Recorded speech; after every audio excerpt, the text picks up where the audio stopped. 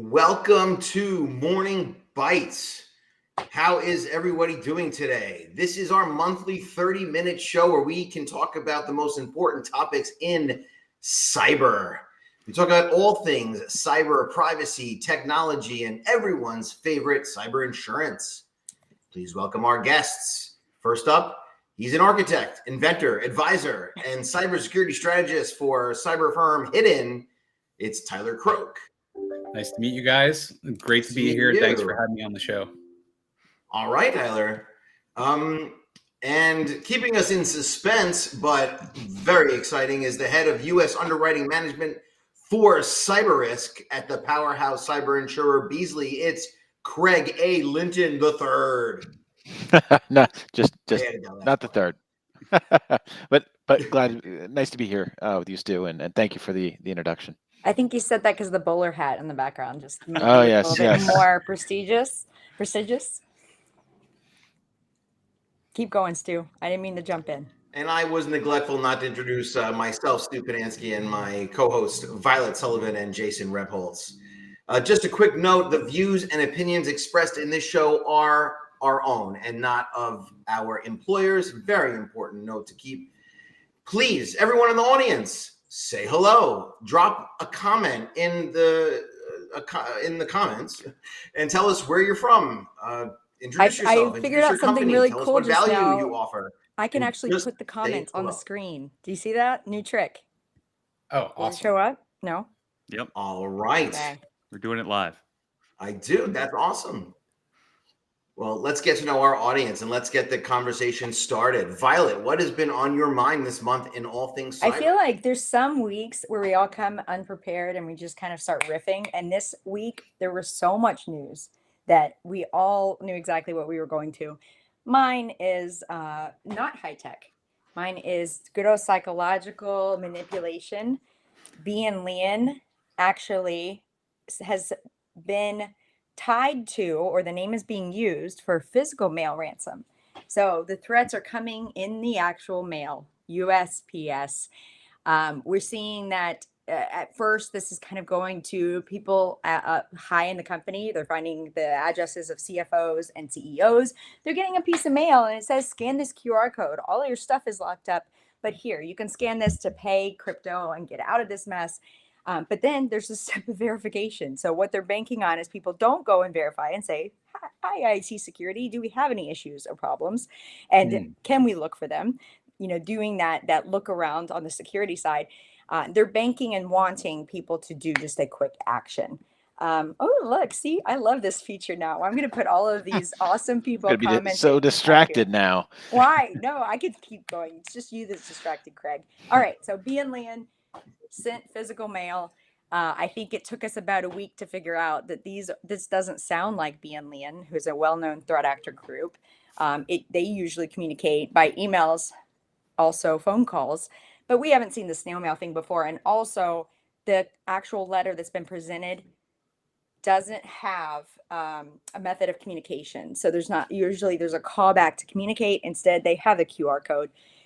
So it seems like it's an interesting hoax to try to jump in and take the credit for threat actor.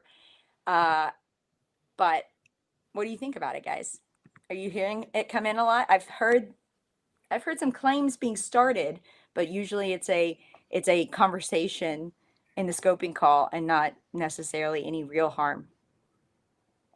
Yeah, I think it's early days on how it's all going to shake out, but everything I've seen and heard, it seems like it's fake. Now, you still want to make sure it's fake, right? You got to make sure that there isn't somebody in your environment. But it reminds me a lot of some of the sextortion scams. I remember early on, this was years ago. This tells you how old this tactic is. Somebody had called up and said, "Hey, I got an email saying that they caught me at a conference." Doing something I shouldn't have done. And I was like, well, did you do it? And he's like, no, but I'm still nervous. And I was like, okay, don't pay it. Do not pay this. I was like, this is a scam. But you could see the psychological toll that it has on people. And that's what they're banking on. I think it takes you off guard because right before we turned live, I was talking to you about this. Is like I remember receiving the email, and it's so out of context. It came to my Baylor Law School teaching email, and I definitely called the help desk after, and I said, "Why the hell is this going through the spam filter? This is like a religious university. I don't like all these extortion emails that are coming through your spam filter." But it makes you feel like you've done something wrong just by the words that they use and the implications that they're making. I think there's a lot of psychological stuff that people kind of push aside and think it's purely technical. Let's get into some of the business side of this, though, because I think that's really interesting. So you said it took us a while to figure out. I know that the way things sort of trickle in is that this event would happen to someone, to a company, and they would have to report it to someone, to a cybersecurity specialist, right? Like Tyler or Jason, or your insurance company, and then they would have to do an investigation to determine what happened. So I don't know, Tyler or Craig, walk us through that, like from your perspective. How does it come around till you understand that this is not some sort of new, serious threat, and it's really more of something to pay attention to? Craig, I was going to let you go first. Well, he can't answer until he puts the hat on. No, the hat is in my background. I can't. That's not a real. That's not a real hat. I'm not in the office. It's a fake background. So, but putting on my it matches the shift your chair over a little bit. Yeah. Here we go. You're making it look fake. Yeah.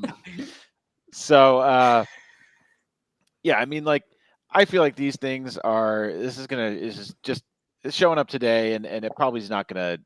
I don't think it's going to work very much because people have to do just a one Google search, and they'll figure out that, oh, this has been spammed to a bunch of people, and it's nothing to worry about. Plus, like, the snail mail doesn't really scale well because it costs money, and like I don't know if you've checked the price of a stamp, but I thought it was like last time I checked, I was like, oh, it's like what?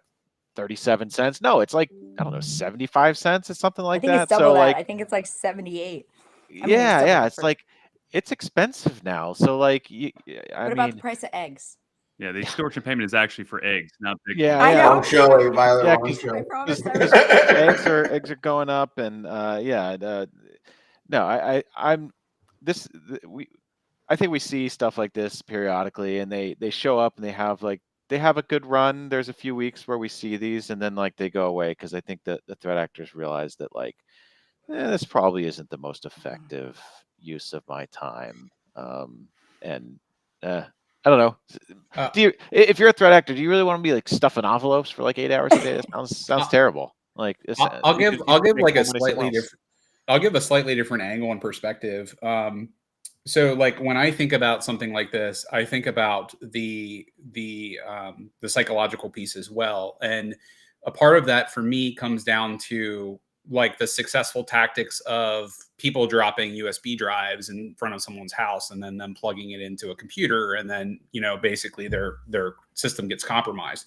So I think it could affect some age demographics specifically. Like, that tactic might work on young people. Are you talking about young 70s people, or like someone in their 70s? If they get something like that, like my grandma, for example, she could call that number and get duped easily. So I think some of it does come down to age demographics, and maybe some of that comes into play with the threat actors targeting as well. So it's just an interesting way to target people, and it may be successful for some age demographics. I always think about that aspect when we've got threat actors focusing on targeting people, right? I think the biggest difference in this one is the amount for the ransom. Like, if they set the ransom low enough, a couple $1,000s, you might be able to dupe a couple companies into paying it. But some of these ransoms were hundreds of thousands of dollars, and that's just where, like, I would hope that most companies aren't going to go and pay that. But this is the thing I always hated in forensics, was trying to prove a negative is really annoying, because it's like, well, like, how do you know? So like, there are some shortcuts you can take to try to, figure out, where your data is, look at some unusual activity. But the first few people who got these letters where there wasn't enough information on it, those are the real pioneers, because they're the ones that had to go do the heavy lifting to figure out, like, is this actually real or not? Yep. Yeah, good point. And I guess I'll close that out just by saying that we would hope that people are wise, and hats off to the pioneers. Hey, all right, Tyler, why don't we go over to you? What stories were you been paying attention to this month? And welcome to our show. Again, thanks for having me. So my topic is, I think, really interesting. Palo Alto's Unit 42, they released a new research article last week on some phishing activity that they've connected to a threat actor group that they've dubbed, the name of the group they've dubbed Java Ghost. So this is a threat actor that's been active for around 5 years, and historically they participated in website defacement activities. But in 2022, they shifted focus to sending out phishing campaigns to unsuspecting targets. So more recently, they're focusing on compromising cloud environments to send out phishing campaigns for mostly financial gain. And so what's interesting, though, about this is the group actually takes advantage of misconfigurations in a victim organization's environment, leveraging exposed AWS credentials in the form of long-term access keys. And they use those leaked keys and combine it with overly permissive identity access management permissions to leverage that compromised AWS tenant and built-in email services that are attached to that tenant to send out phishing messages to downstream connected organizations. So they're effectively building out a complex phishing infrastructure in a target organization's environment, and then they're leveraging that phishing infrastructure to then send out phishing attacks to downstream connected organizations. So this lets that actor basically not pay for the phishing infrastructure at all, and then it allows them to bypass most email protections that are set by the organization being targeted. They have that built-in business trust. Exactly. So to me, it's like a new angle of a supply chain attack, but it's more identity focused, right? So they're not having to pay for any of that infrastructure, and then they'll leverage that infrastructure to reach out to connected downstream organizations and abuse that sort of trust. So really interesting research, and just quite an interesting pivot on supply chain compromise, just a different angle for it. So yeah, that's my topic for today. Curious what you guys think about that. Well, I'm wondering if you're not looking at, you're not having a close look at the rules and ways that they've tried to obfuscate like their activity. How long might it take people to realize this? Because it would take, if they're not going to see the technical signs, then it's likely going to take a client going, wait a second, is this you? Yeah, what I've observed in the research, at least, is that they've gotten really smart with obfuscating their activity, right? So in some cases, some of these logs aren't like turned on by default. In other cases, like organizations simply aren't like monitoring for things like, new user account creation events, which is something that is sort of highlighted in the research. So, it's very, they're getting very sophisticated, and they're thinking more widely about, how can I gain from accessing this organization in multiple ways? And that initial access, you said it was just through access keys. I assume those are ones that are leaked online somehow. People left exposed, and they just scoop them up and log right in.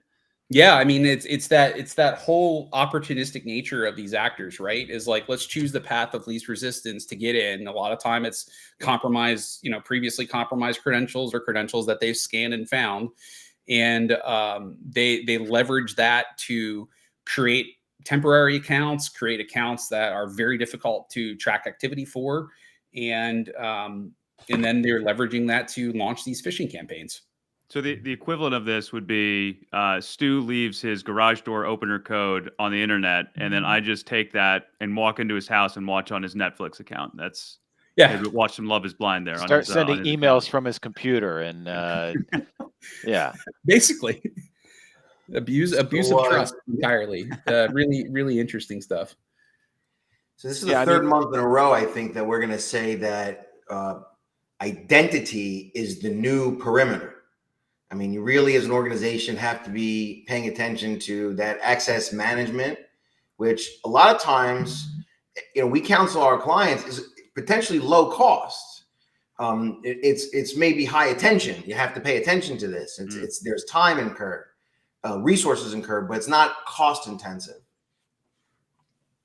Yeah, I mean, you're spot on, Stu. I mean, even in their reports, the annual reports are just coming out right now this time of year. So we have CrowdStrike's annual report, Palo Alto's annual report that come out, and we're seeing through the 2024 data, the number one initial access vector is identity in these reports so far. So I'm sure we might see something different from some of the other annual reports, but absolutely, identity attacks are on the rise. All right. Well, I appreciate that. That was a good trip down security lane. Craig, what's you've been paying attention to lately? So in my LinkedIn post, promoting this session, this morning Bytes, I said probably going to talk about AI. Surprise, surprise! Like less than a day later, I found the most crazy AI story. It's in the Wall Street Journal, and it's about Ilya Sutskever, who you may not know, but you probably used his product. Basically, he was like the head scientist at OpenAI, and before he had that tussle last year with Sam Altman, and I guess he got Sam Altman fired, and then Sam Altman came back and got him fired. So he left, and he created this company called Safe Superintelligence. Very ominous sounding name, but so you're thinking, okay, this guy, he created ChatGPT. He just started a new company. So what's he going to do? He's going to probably go out there and create a copy of ChatGPT. He's probably going to just use the same architecture as ChatGPT, and then he'll just create a copy of ChatGPT, but it's called Safe Superintelligence. No, he's like, I'm starting a new company, and we're not going to use transformers. We're not going to. I know a different way. So okay, that's kind of weird. Like, why would you go out and what make works? it harder? Yeah, and now you're like, no, I know how to do this in a different way. Okay, but he's a genius, right? So okay, he's going out, and so obviously he's going to hire like the best and the brightest. He knows who he worked with at OpenAI, who's smart, and California doesn't have non-competes. They don't enforce non-competes, so he can go hire all these people, right? No, he's like, I'm not going to hire the smartest people. I'm going to go hire like some noobs who are like, don't know anything about this, but I can train them, which is insane. So he's going to, on a new architecture with people who don't know what they're doing. Okay, so at least he doesn't necessarily, all right, this is a little dicey, but he's probably just going to like create a product real quick, cash in, start getting the money flowing, getting that monthly recurring revenue. No, he's not going to do that either. He's going to wait. He's like, I'm going to wait until we have achieved super intelligence before we release a product. Like, are you kidding me? Like, he's just going to like churn in the background. We don't even know if like super intelligence is even possible. He's just going to wait. And so, okay, you're thinking, all right, this is kind of crazy. So he must be self-funding, because nobody would invest in this, right? Like, nobody's going to invest in this company that doesn't have a product, that's making a new product that doesn't even that has never existed before, with people who don't know what they're doing. No, he's gotten $2 billion of investment, $2 billion at a $30 billion valuation, pre-revenue, pre-product. It's insane. But that, I think, is illustrative of the AI. All right, on the negative side, you could call it the hype cycle that we're in, or you could say it's illustrative of the promise that AI has. And but help our audience and help me. What is the difference between intelligence and super intelligence? Well, okay, so right now we just have like artificial intelligence. There's so many jokes you could have added there, Craig, before you actually got into the Well, let me talk about the people on this call. You didn't even say it's between me and you or whatever. It was like touche. So like right now we have like artificial intelligence. You got your ChatGPT. It's pretty darn smart, but I think everybody agrees that like we don't have the next thing that we're looking for, which is artificial general intelligence. And everybody kind of defines artificial intelligence differently, artificial general intelligence differently, but it's kind of like, okay, if we get something that is as smart as a human, or smarter than a human on like 95% of things, then that's artificial general intelligence. And I think everybody agrees we're not, like everybody who thinks about this agrees we're not quite there yet. Despite the fact that a lot of the stuff that the ChatGPT and all the other artificial intelligence companies are doing is kind of mind blowing. We're not quite there yet. But artificial superintelligence is like beyond artificial general intelligence. It's like, it's like Einstein level in all fields of study, that level of intelligence. And that is, the idea is like, if you create artificial superintelligence, and you've created the last machine that humanity will ever need to make, because the superintelligence will just make whatever else we need it to make, and it will improve and improve and improve. And then, hopefully we'll be living in some kind of luxury communism where all our needs are catered to by the robots. But like, that is the idea. A true utopian paradise, if I've ever heard one. Right. A true utopian paradise, and or the outcome of the Terminator movies. Like, one of those two is likely going to be one or the other. Happen. Yeah, it's one or the other. But yeah, so this is just insane. And like, there's so many crazy things happening in AI. The crazy amount of spend. Like, if you look at in the last quarter, Google, Amazon, Meta, and Microsoft were spending $50 billion per quarter on artificial intelligence. Per quarter. That's over $200 billion a year. Last week, Apple announced they're going to invest like $500 billion over the next few years on a lot of AI stuff. There's just a ton of money being poured into this. And then the last thing, I think it was earlier this year, Mark Zuckerberg shared a post on Facebook. They're building, just one of their AI data centers that they're building in Richard Parish, Louisiana, is on a site that is 1,400 acres. It's a data center that will be 4 million square feet. By the way, 4 million square feet, just in like the context of things. 4 million square feet. That's as much floor space as the Willis Tower in Chicago. It's almost as much floor space as the Pentagon, which has about 6.5 million square foot of office space, or of space. Like, we're talking like they're building basically like 2/3 of a Pentagon in Louisiana for one data center on a 1,400 acre site. There's just a ton of money and resources flowing into AI. Even if we never achieve super intelligence, it will be things that are happening are going to be fun to watch. Yeah, the Anyone rate of care to evolution go down the rabbit hole of the singularity for our audience? Right. That's the singularity. Once we create super intelligence, then we are basically enslaved to the robots rather than the other way around. But Jason, you were gonna say something.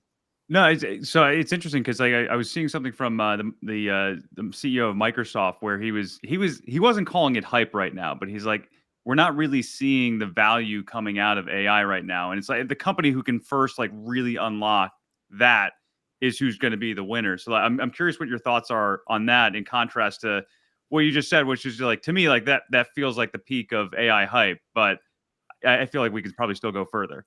I'm starting to see the value. I'm a sucker, and I signed up for the like the highest version of ChatGPT, like the $200 a month version, and I started doing some deep research on topics that were of interest to Beasley. And let me tell you, like, for $200, you can create 100 reports a month. Just one of the reports. Like, if you value anybody's time at $200 an hour, then just one of those reports makes it worth it. And we created a report. So one of the reports that we created was, tell me what I'm not thinking about when I need to be thinking about in terms of like long-term exposures for property and casualty insurance companies. And I got a list of like mind-blowing stuff, some of which we did think about, but others that we didn't think about. Things like ocean methane releases and super volcanoes. And this is like a nightmare-inducing thing, Greg. This is some nightmare fuel. This is some nightmare fuel, but it provided just a laundry list of things. It's like, oh my gosh, this is really interesting. We need to investigate this. But you know what? Then I said, after it created this list, this big long list of everything that a P&C company needs to worry about, I said, all right, ChatGPT, let's prioritize here. I can't look at all. I mean, super volcanoes. I don't know if that's that's something that I should be really worried about. But anyway, I asked it, prioritize in terms of like, what's the likelihood of this happening? What's the severity if it does? Number one risk: cyber events that have effects in the real world. So I didn't even say like, hey, by the way, I'm all cyber all day. Like, make sure that you know your audience. No, It knows your profile. It's seen your it prompts knows for maybe years. It it's knows its playing to its audience. audience. But yeah, no, that insight, and we've generated a bunch of other reports since then. Yeah, I see the value. I think it's really valuable, and it will continue to be valuable.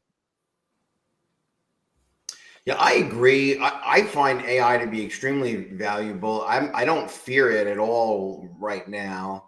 I mean, conceptually, I understand the fears, of course, but I've not yet seen anything that has blown me away as far as critical thinking in the sense of like what a human can add, looking at the 360 degrees of something, the emotional issues there. It still is not funny. I've never laughed at an artificial intelligence generated joke, at least not yet. That's a challenge for you, And Craig. you're prompting it wrong. Yeah. You're prompting it wrong, Stu. Maybe it's your sense of humor. Yeah, perhaps, but I don't know. I think I do okay in that department. But, I always think back though of we're going to create and everyone should be using AI to help kind of expedite the low hanging fruit and as a thought partner. That's how I kind of think of it. But what always kind of gets me interested is what's going to happen 50 to 75 years from now.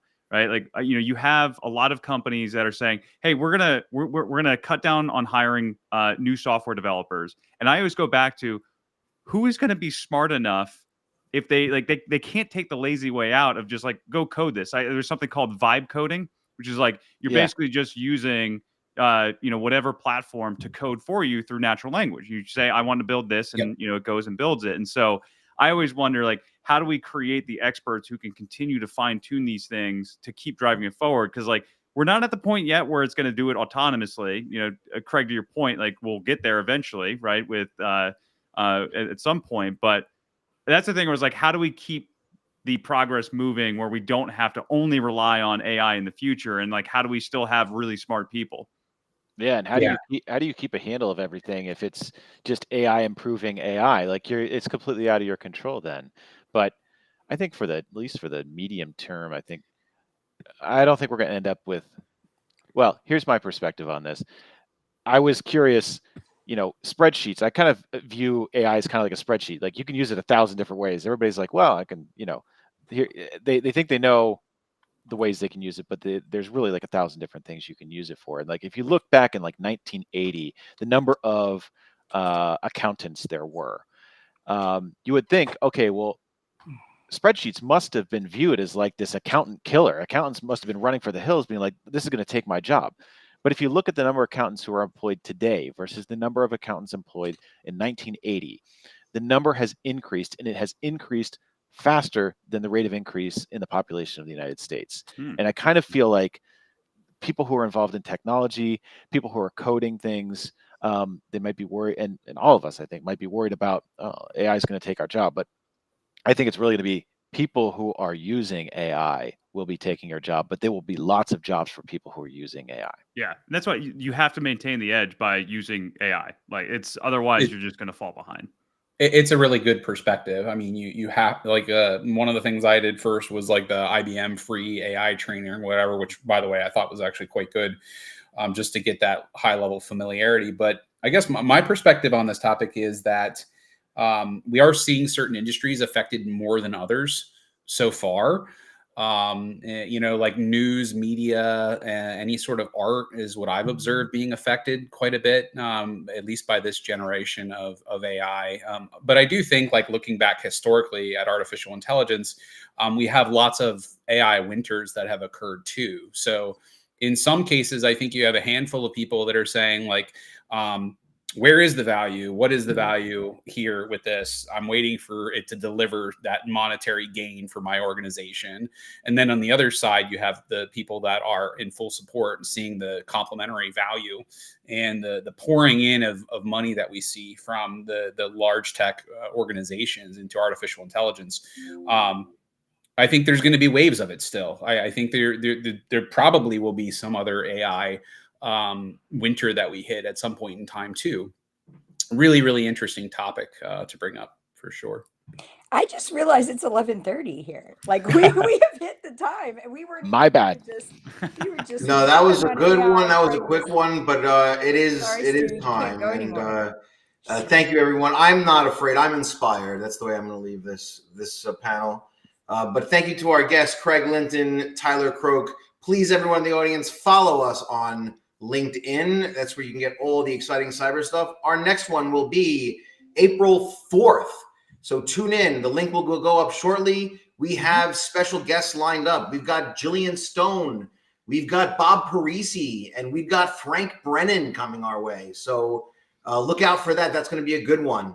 We have received a lot of requests to join our show as a guest. We thank you so much. We only do this once a month. So please be patient with us. We will get back to you. It's just, we're very excited about your excitement. So We like talking with all different parts of the industry. Have a good rest of your day. Bye, Have a great everyone. day, everyone.